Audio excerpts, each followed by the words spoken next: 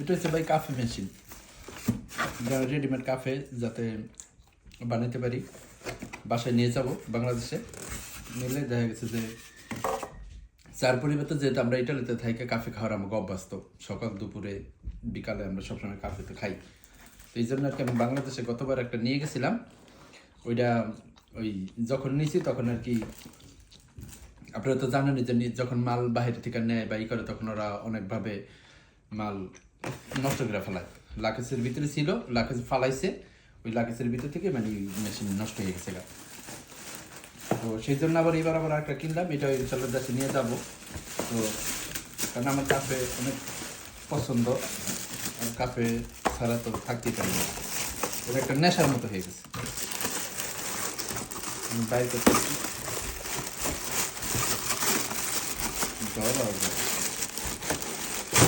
বিসমিল্লাহ।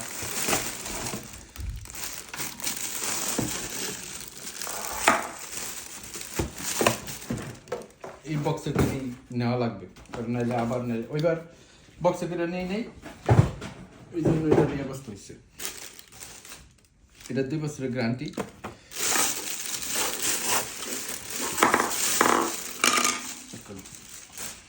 এই যে কাফে, এটা কাফে মেশিন, এভরিথিং সব কিছুই করা আছে এখানে।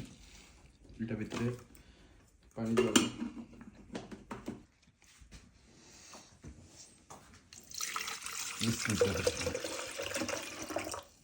বেশি দাম নাকি, এটা খালি শুধু প্রবার করুন। ওকে,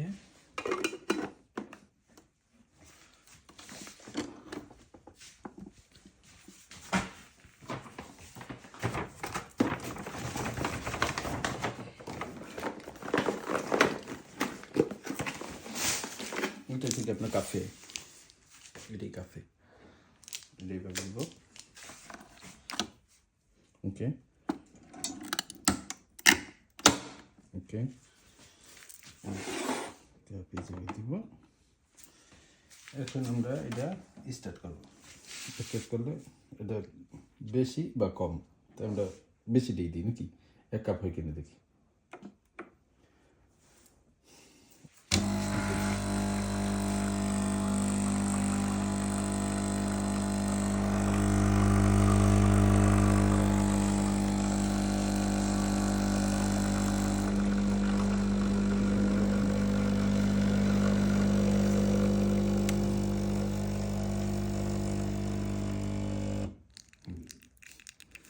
কাপ পড়তেছে।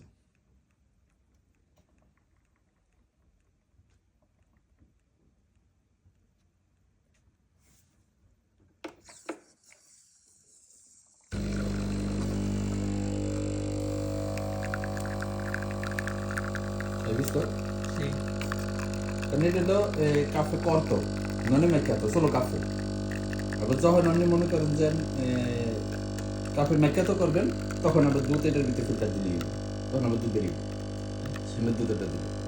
তখন এটা জাস্ট এটা ম্যাকিয়াতো এই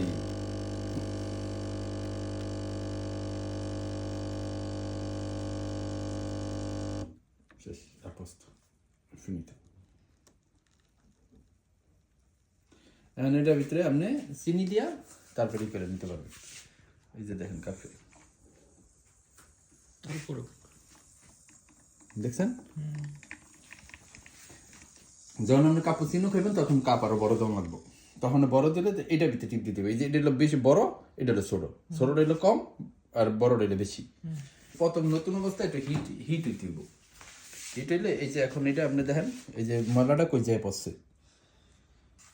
দিচ্ছেন, এই যে ময়লাটা এটার ভিতরে পড়ছে। ময়লা দেখবে যখন আমি এইটা উঠানো, এই যে পড়ছে, হ্যাঁ, এখানে এই যে ময়লাটা এই যে এটা ভিতরে আছে, এই যে এই কাফে শেষ।